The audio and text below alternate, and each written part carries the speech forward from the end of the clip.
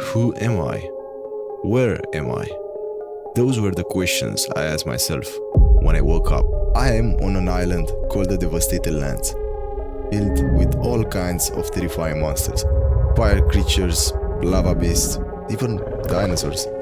I have no idea how I ended up here. But two things are certain. My name is Gifwick, and I must survive these extreme conditions. But little did I know what awaited me. This place does contain powerful monsters, but dragons? A giant void golem? The mother of nature? This is beyond powerful, and yes, I believe I can defeat them all. Why? I also need to recover my memories. I remember one name beside my own. The Forgotten Temple. I believe that temple may hold answers to my questions. That is the first place I need to find.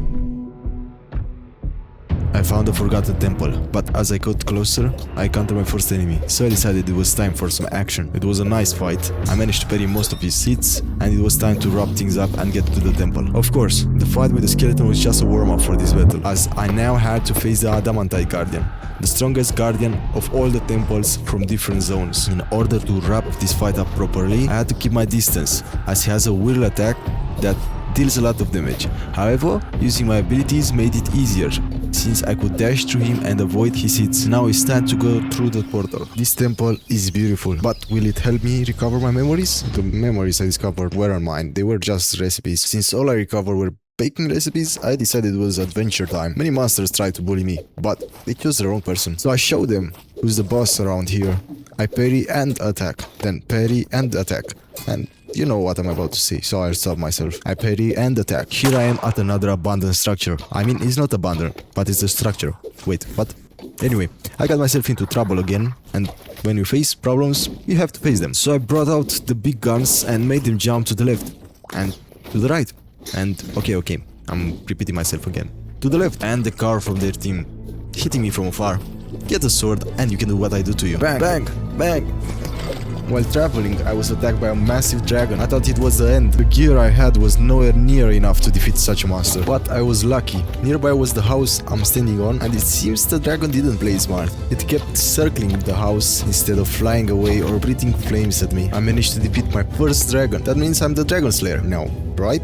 This is all I've collected so far from the structures and monsters I've defeated, and now I can finally get some proper gear, like mithril daggers and the key shard for the first boss. But why stop at boring mithril? Let's raise the bar to onyxium and get ready for our first real battle. I believe the staff would help me a lot and deal considerable damage, but I was wrong, and because of the staff, the dragon almost killed me. It made me overconfident, and I engaged in close range combat. I almost lost all my progress, since if I die even once, everything ends. But luckily for me, as big as it is, it's just as slow, so I had time to retreat and regenerate my health. So unexpectedly, I managed to defeat this big dragon. Turns out, big size doesn't really mean better. Okay, let's move on. Why take a break? We jump straight into the next fight. Pumped and confident. And of course, she's the mother of nature. Let's hope she's the one learning the lesson. Here we are. I thought the dragons were tough, but this boss nearly killed me. Seriously. It was terrifying, but I managed to fall back, heal up, and fight more cautiously. She's not just tough to beat, she also spawns minions that attack from far. More enemies, more pressure, and death feels closer than ever. I was genuinely scared of losing everything. You thought that was all? Of course not. She can buy me with vines and freeze me in place. That's when I realized I had to watch my health carefully, or she'd finish me. Still, judging by her HP, she wasn't doing so well either. And it's time to wrap things up and call it a day, at least as far as nature is concerned. It's time to upgrade my gear. The next boss, the Void Golem, it's said to be the strongest. So it began. Was this truly the strongest? We'd find out.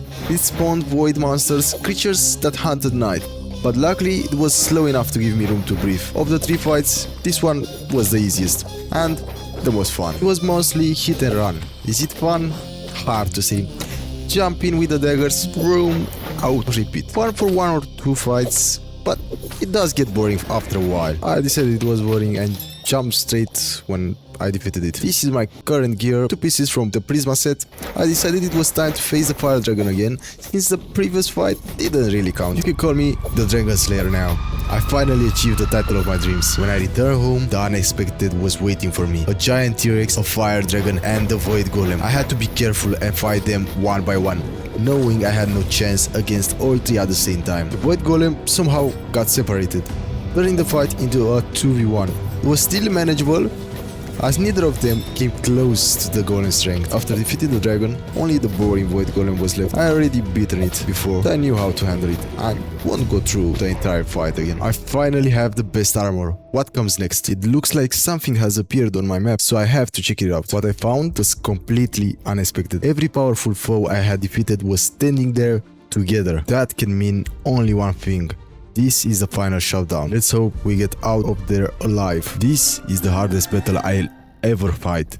I already know it. I tried using the wand to keep my distance and deal some damage, and it actually helped. I managed to kill the fire dragon and T-Rex quickly.